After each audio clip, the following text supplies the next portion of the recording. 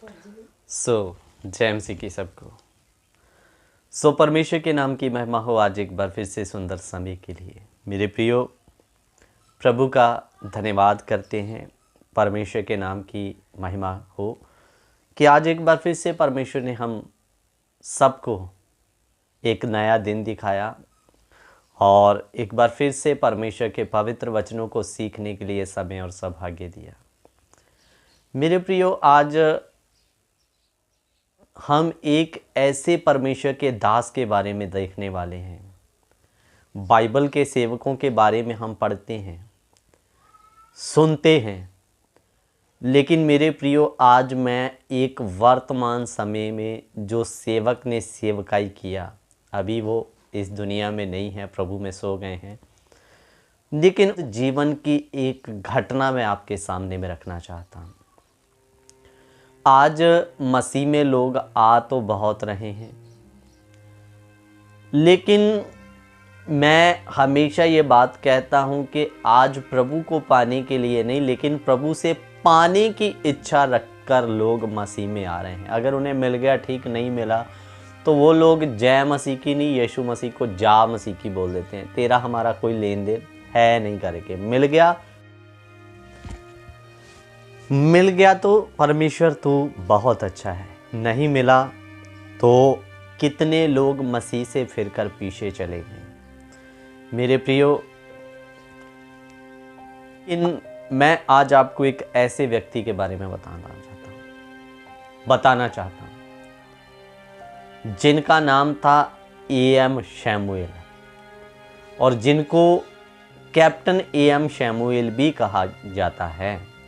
अभी 2011 में उनकी डेथ हुई, प्रभु में वो सो गए हैं। लेकिन मैं आपको बताना चाहता हूं कि वो सेवकाई में आने से पहले आर्मी में एक कैप्टन के ओहदे पर, जब पोजीशन पर देश की सेवा कर रहे थे। और मेरे प्रियो, उन्होंने जो भारत की 3 लड़ाइयाँ हुई है पाकिस्तान और चीन के साथ में, उन तीनों लड़ाइयों में रहकर भारत देश का सेवा किया है मेरे अजीज़ों। और जब उनको परमेश्वर ने बुलाया कि अब आ और बाहर निकल मेरी सेवकाई के लिए, तो मेरे प्रियो, परमेश्वर के दास ए.एम. शैमुएल जी ने अपनी कैप्टन की नौकरी को छोड़ा, रिज़ाइन दिया, और अपने बड़े ऑफिसर के सामने में 7 सर्टिफिकेट पर साइन करते हुए उनको ये भी कहा कि मुझे सरकार का पेंशन भी नहीं चाहिए।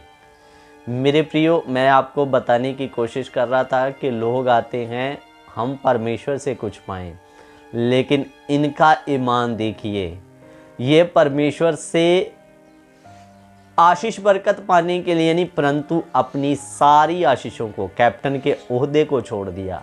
सरकार के द्वारा अगर इनको पेंशन भी दी जाती तो इनकी पेंशन भी कम नहीं होती। तो मेरे प्रियो, उस पेंशन को भी छोड़ते हुए कहा मुझे कुछ नहीं चाहिए, अब मैं अपने प्रभु की सेवा के लिए निकलूँगा। अब जो आगे मेरा जीवन होगा वो मेरा मुहैया करने वाला परमेश्वर मुझे स्वयं चलाएगा करके। और मेरे प्रियो, मैं आपको बता दूं कि इन्होंने देश का सेवा किया, काफ़ी समय तक परमेश्वर का देश का सेवा किया, लेकिन जैसे प्रभु ने बुलाया, नौकरी को छोड़ा, पेंशन को भी त्याग दिया। और मेरे प्रियो, बताते हैं कि इनको गाड़ी से उतरने के लिए दरवाज़ा खोलने की या गाड़ी का दरवाज़ा खोलने की ज़रूरत नहीं पड़ती। इनको कुछ सिपाही दिए जाते थे और वो दरवाज़ा भी खोलते थे। लेकिन जब सेवा में आए तो एक साधारण मनुष्य बनकर प्रभु के कार्य में आगे बढ़े। और मैं आपको बता दूं, भारत के कई इलाकों में जाकर सेवा किया और बहुत सारे दुश्मनों के घड़ों को हिलाकर रख दिया मेरे प्रियो। और आज भले ही सेवा हो रहा है, लोग भी बड़े होंगे मतलब, लेकिन शैतान को उनसे कोई दिक्कत नहीं है, क्योंकि सही वचन, सही उपदेश नहीं सिखाया जा रहा। लोगों को हमें दुनियावी चीज़ों से बाहर निकालकर आत्मिक चीज़ों के साथ जोड़ना था, कि हमें इस धरती की चीज़ों पर मन नहीं लगाना। हमारे लिए असली जगह है परमेश्वर का स्वर्गीय राज्य और वो स्थान जो परमेश्वर ने हमारे लिए रखा हुआ है। लेकिन मेरे अजीज़ों, आज कितनी कलीसियों में लोगों के मन को, लोगों के जीवन को सांसारिक चीज़ों के साथ जोड़ा जा रहा है। ये प्रभु के लिए नौकरी छोड़कर प्रभु के कार्य में आए, लेकिन आज लोगों को उल्टा क्या कहा जा रहा है, प्रभु तुझे नौकरी देगा, प्रभु तुझे कनाडा का वीज़ा लगा देगा, इंग्लैंड का वीज़ा लगा देगा, वहाँ पर भले ही वो जाकर संगति करे या ना करे, बाद में दुनियादारी में भूल जाए। क्या परमेश्वर ऐसा चाहेगा? मेरे प्रियो, मैं खुद विदेश जाकर आया हूँ और उस समय मैं सेवा में नहीं, मैं काम के लिए आज से कई साल पहले विदेश में गया हुआ था। और ना वहाँ पर संगति, ना संगति का नामो निशान। व्यक्ति संसारिक व्यक्ति से भी बदतर हो जाता है मेरे प्रियो, चाहे आप कितना भी ज्ञान क्यों नहीं रखते। तो मेरे अजीज़ों, लोगों को आत्मिक चीज़ों से ना जोड़ते हुए दुनिया की चीज़ों के साथ जोड़ा जा रहा है। लेकिन ये प्रभु का दास अपनी सारी संसारिक आशीषों को ठोकर मारते हुए, मैं आज से मसीह के लिए जीऊँगा, सेवा स्टार्ट किया। और कितनी इनको स्टार्टिंग में परेशानियां झेलनी पड़ी। यहाँ तक इनके बच्चे छोटे थे, दूध भी पीने के लिए नहीं होता था, पानी पर प्रार्थना करके देते थे, परमेश्वर दूध का असर इस पानी में से आ जाए। और बच्चे जो भूख के कारण रो रहे होते थे, चुप कर जाते थे, उनको परमेश्वर संतुष्ट कर देता था। मेरे प्रियो, मेरे अजीज़ों, इसी प्रकार का जीवन बाइबल के सेवकों का था। हम देखते हैं पतरस ने अपना कारोबार धंधा छोड़कर प्रभु की सेवकाई में निकले। और जहाँ तक पौलुस की बात करें, जब शाऊल था, एक अच्छा अधिकारी था, सब कुछ आदर इज्जत और ओहदा उसके पास था, लेकिन जब सेवकाई में आया तो सब कुछ त्याग दिया, यहाँ तक बड़ा कष्ट उठा के प्रभु का सेवकाई किया। इसीलिए मैं एक वचन आपके बीच में रखना चाहता हूँ। दूसरा कुरिन्थियों 4 अध्याय उसका 17 और 18 वचन पढ़ेंगे। दूसरा कुरिन्थियों 4 का 17 और 18। क्योंकि हमारा पल भर का हल्का सा कलेश हमारे लिए बहुत ही महत्वपूर्ण और अनंत महिमा को उत्पन्न करता।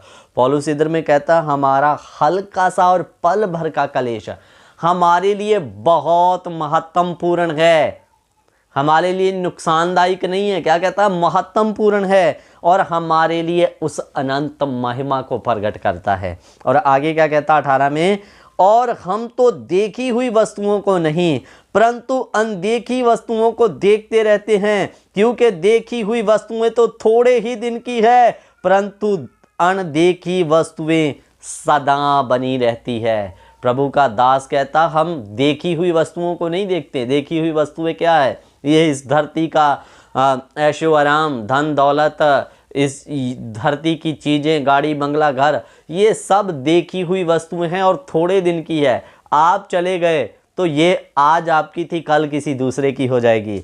लेकिन जो अनदेखी वस्तुएं परमेश्वर ने हमारे लिए रखा, वो अनंत महिमा का मुकुट, वो अनंत महिमा का राज, जिसे हम देखते नहीं हैं, लेकिन वचन बताता है वो आपके साथ में सदा बनी रहेगी, हमेशा के लिए रहेगी। अगर आप उन सब चीज़ों को प्राप्त करना चाहते हैं तो इस दुनिया के मोह माया से निकलें, परमेश्वर के पीछे चलें। मेरे प्रियो, मैं आपको इतनी गारंटी दूंगा, आप इन दुनिया की चीज़ों से निकल कर जब परमेश्वर के पीछे चलोगे, आपके मन में आएगा तो जिएंगे कैसे। परमेश्वर आपको जितनी आवश्यकता है ज़रूर पूरा करेगा, लेकिन इनको पहला स्थान नहीं देना। इनके पीछे पड़कर अपनी ज़िंदगी और अपने आत्मिक जीवन को ख़राब नहीं करना। इसलिए मेरे प्रियो, प्रभु ने इन सब चीज़ों को ठोकर मारते हुए प्रभु की सेवा चुना। बहुत समा दुख और मुसीबत उठाया।